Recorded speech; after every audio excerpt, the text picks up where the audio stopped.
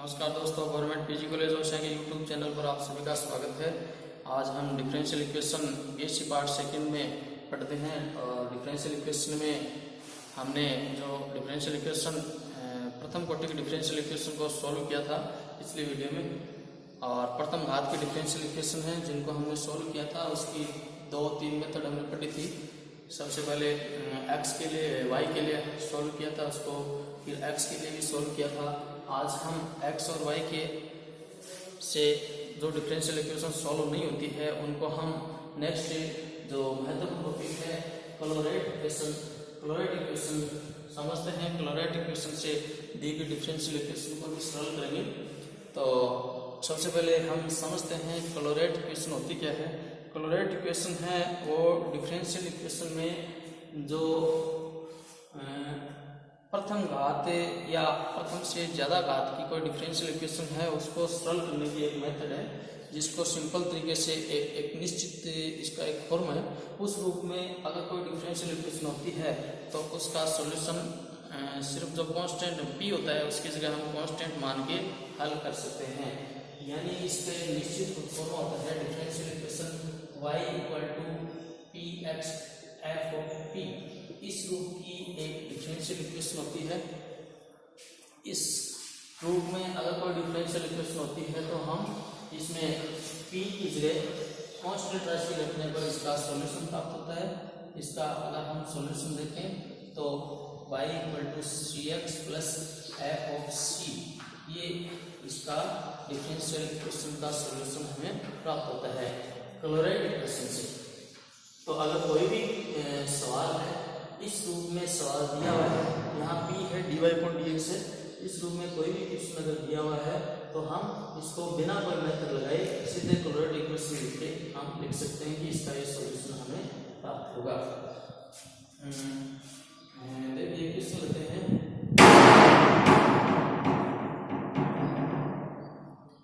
x - a p² plus x - y into p - y = 0, ये question है। और इसको सरल करेंगे तो देखिए xp² - ap² plus xp - yp - y = 0। इसमें ये कांस्टेंट राशि है, इसको छोड़ देते हैं, बाकी दो में से हम कॉमन लेते हैं। इसमें से और इसमें से अगर हम कॉमन लें xp तो यहाँ बचेगा p + 1। इसमें और इसमें भी हम कॉमन लें माइनस का y p + 1 = ap²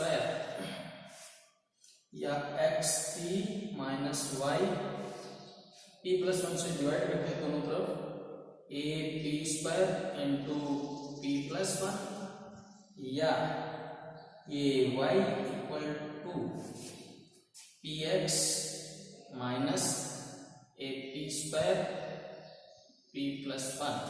ये दी गई डिफरेंशियल इक्वेशन को सॉल्यूशन सॉल्व करने के बाद में हमें ये प्राप्त हुआ, ये पद प्राप्त हो गया। इससे तुलना करते हैं तो फर्स्ट पद में px आ रहा है, px है, बाकी यहाँ पर p का फलन होना चाहिए या कांस्टेंट राशि होनी चाहिए। तो दी गई डिफरेंशियल क्या है, ये है क्लोरेट इक्वेशन के रूप की है।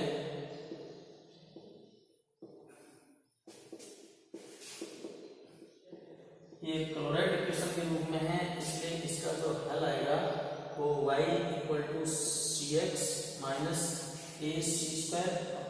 c + 1, ये दी गई डिफरेंशियल इक्वेशन का हल हमें प्राप्त होता है।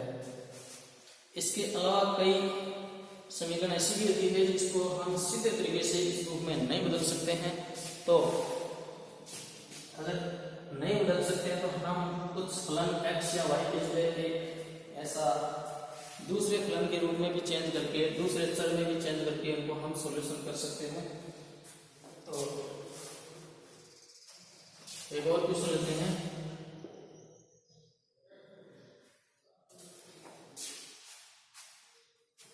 x² y - px = x² y - px = yp²।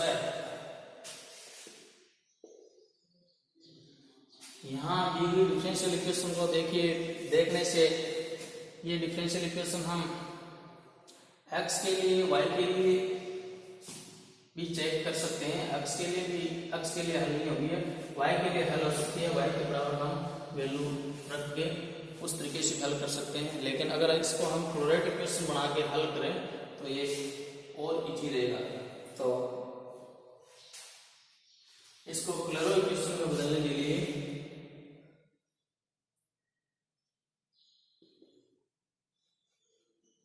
Chloride equation में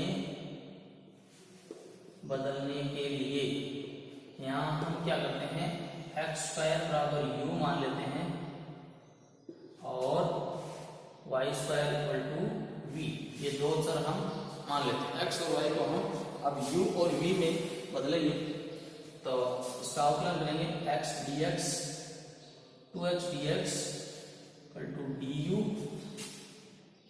2y dy equal to dv। और यहाँ पर हम जानते हैं p जो होता है वो dy अपॉन dx होता है। तो dy अपॉन dx बनाने के लिए इसमें हम इसका भाग देते हैं 2y dy 2x dx dv upon du। यहाँ से dy अपॉन dx बराबर आ जाएगा x बटे y dv अपॉन du। तो ये p बन गया। x की वैल्यू भी अगर हम रखना चाहें तो यहाँ से रख सकते हैं under root u under root v dv upon du। इसको आप नया चर p डैश मान लेते हैं। जैसे dy अपॉन dx को p, इसको हमने p डैश मान लिया, इसको p डैश मान लेते हैं। तो ये u और v में पूरी इक्वेशन है वो चेंज हो जाएगी। तो दी गई डिफरेंशियल इक्वेशन मान रख देते हैं।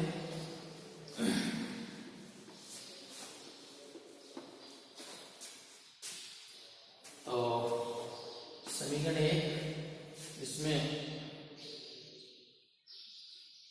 ये 2 नंबर मान लेते हैं, 3 नंबर मान लेते हैं। समीकरण 2 व 3 का मान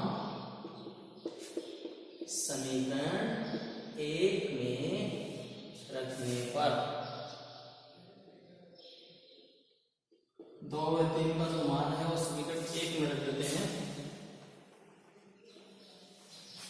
तो मान रखेंगे तो देखिए समीकरण 1 से x square u y under root v minus p का जो मान है under root u upon under root v into p dash और x का मान under root u equal to under root v p square u बटे v p dash का square. इसको सरल करेंगे तो u लगभग लेके सरल करेंगे v minus u p dash upon under root v equal to ये नीचे अंडर रूट वी बच जाएगा under root v p dash का स्क्वायर। अंडर रूट वी से अंडर रूट वी कैंसिल और इधर u से u भी कैंसिल हो जाएगा। तो v minus u p dash equal to p dash का स्क्वायर या v बराबर u p dash plus p dash का स्क्वायर। ये u और v चर में जैसे x और y चर में हमने क्लोराइड इक्वेशन ली थी, अब ये क्लोराइड इक्वेशन है x और y में क्या था y equal to p x f of p, ये y में था। तो इसी प्रकार u और v में ये डिफरेंशियल इक्वेशन है वो u और v में है। तो इसको भी हल हम इसी तरीके से लिख सकते हैं। इसका हल क्या था y equal to c x plus f of c था। तो इसी प्रकार इसी डिफरेंशियल इक्वेशन का हल भी हो जाएगा v equal to u c plus c square. हमारे को जो कांस्टेंट राशि है उसकी जगह हम c कर देते हैं। अब u और v की वैल्यू वापस रख देते हैं, ये इसका हल आ गया। v की वैल्यू थी y square equal to x square c plus c square. ये दी गई डिफरेंशियल इक्वेशन का व्यापक हल हमें प्राप्त होता है। तो इसको y के बराबर यानी y के लिए हल करने के बजाय अगर हम प्रोडक्ट इक्वेशन से इसको हल करें यानी एक्स स्क्वायर बराबर यू वाई स्क्वायर बराबर वी मान के प्रोडक्ट इक्वेशन हम इसको चेंज कर सकते हैं। और इससे अगर हम चेंज करें तो दी गई डिफरेंशियल इक्वेशन का सॉल्यूशन है वो इजी होता है। और प्रोडक्ट इक्वेशन को बदलने के बाद में दी गई डिफरेंशियल इक्वेशन है वो हल हम ज्ञात कर सकते हैं।